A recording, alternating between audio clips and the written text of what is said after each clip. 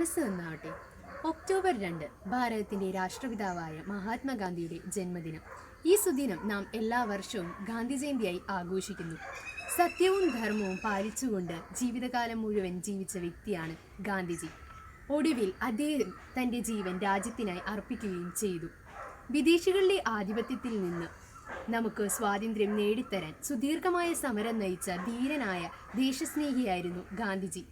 ഗാന്ധി കുട്ടിക്കാലം മുതൽ തന്നെ പാലിച്ചിരുന്ന സത്യവും ധർമ്മവും വളരുംതോറും വർദ്ധിക്കുകയാണ് ചെയ്തിരുന്നത്.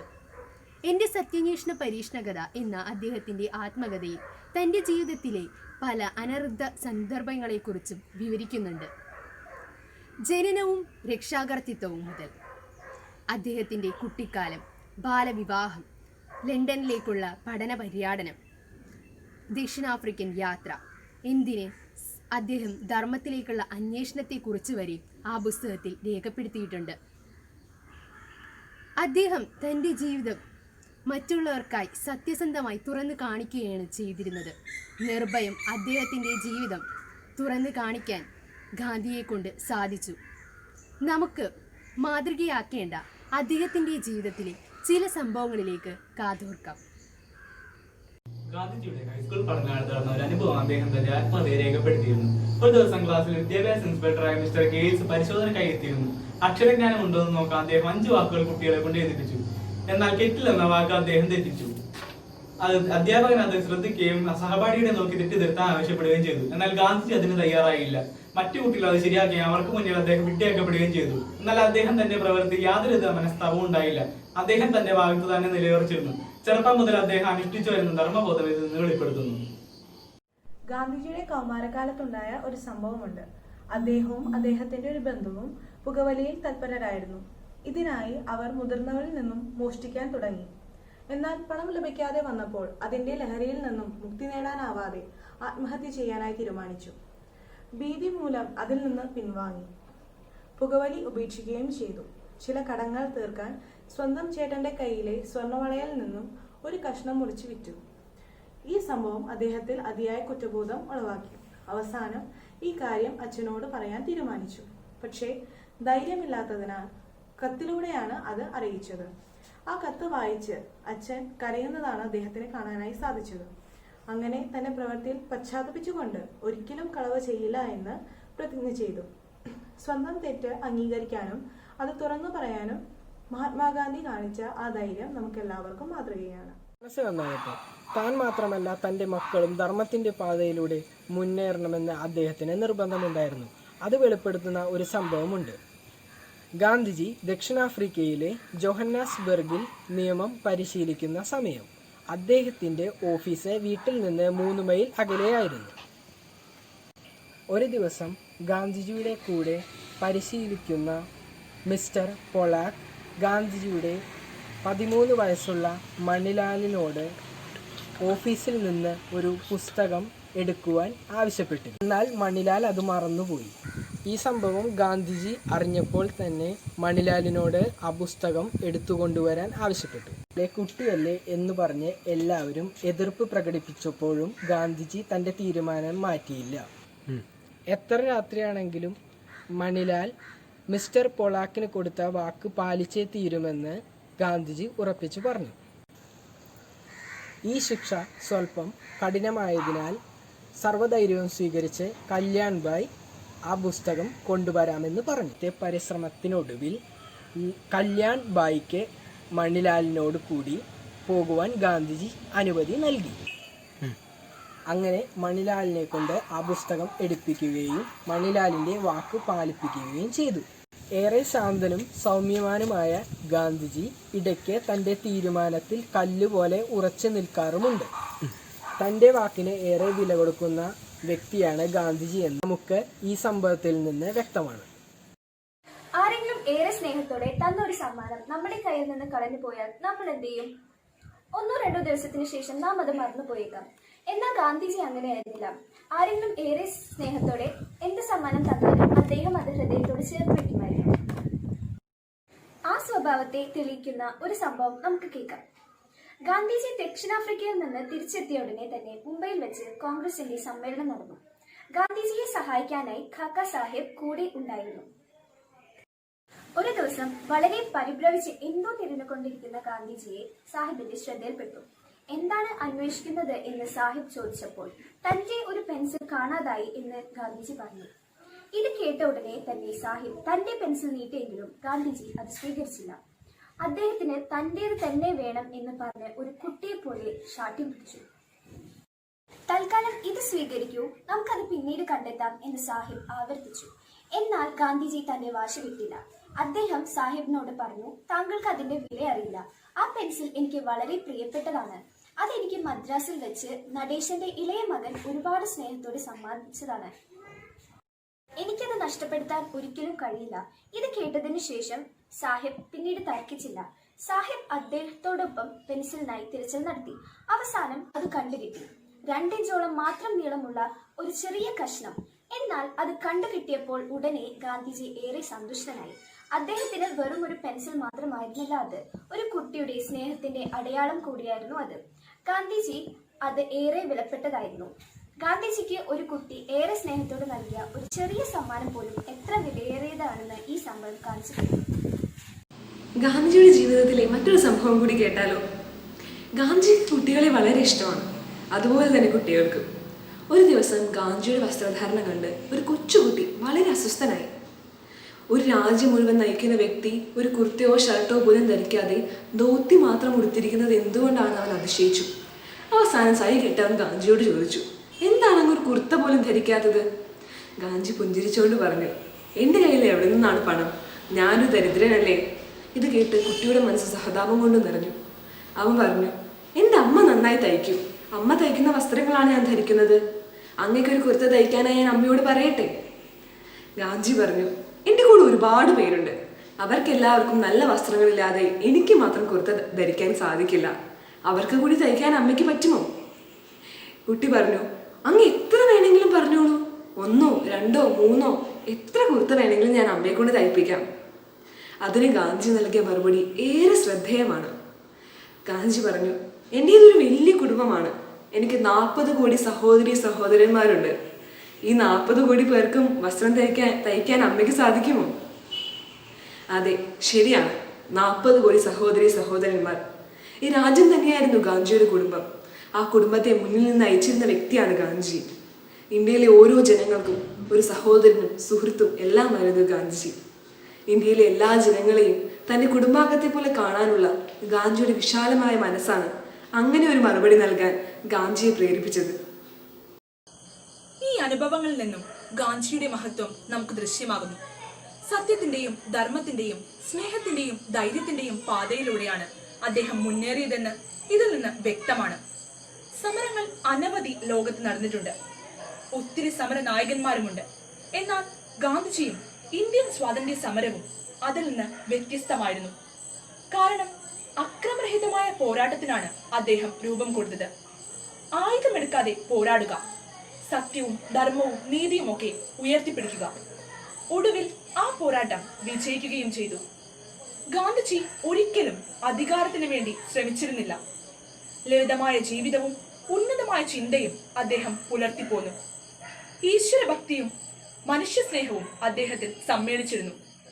ദുർഗുണങ്ങളെ പരമാവധി അകറ്റി നിർത്താനും സൽഗുണങ്ങളെ കൂടുതലായി വളർത്തിയെടുക്കാനും ജീവിതകാലം മുഴുവൻ അദ്ദേഹം പരിശ്രമിച്ചിരുന്നു. എന്റെ ജീവിതമാണ് എന്റെ സന്ദേശം എന്ന് ലോകത്തിന് മുന്നിൽ ധൈര്യപൂർവ്വം പറയാൻ അദ്ദേഹത്തിന് സാധിച്ചു. അതാണ് ഗാന്ധിജിയുടെ മഹത്വം. ഈ ഗാന്ധി ജയന്തി ദിനത്തിൽ ഗാന്ധിജി നയിച്ച പാതയിലൂടെ മുന്നേറുമെന്ന് നമുക്ക് പ്രതിജ്ഞയെടുക്കാം. അത് പാലിച്ച് ധാർമ്മികമായി മുന്നോട്ടു പോകാം. ഏവർക്കും നല്ലൊരു നാളെ നേർന്നുകൊണ്ട് നിർത്തുന്നു. മനസ്സ് നന്നാവട്ടെ.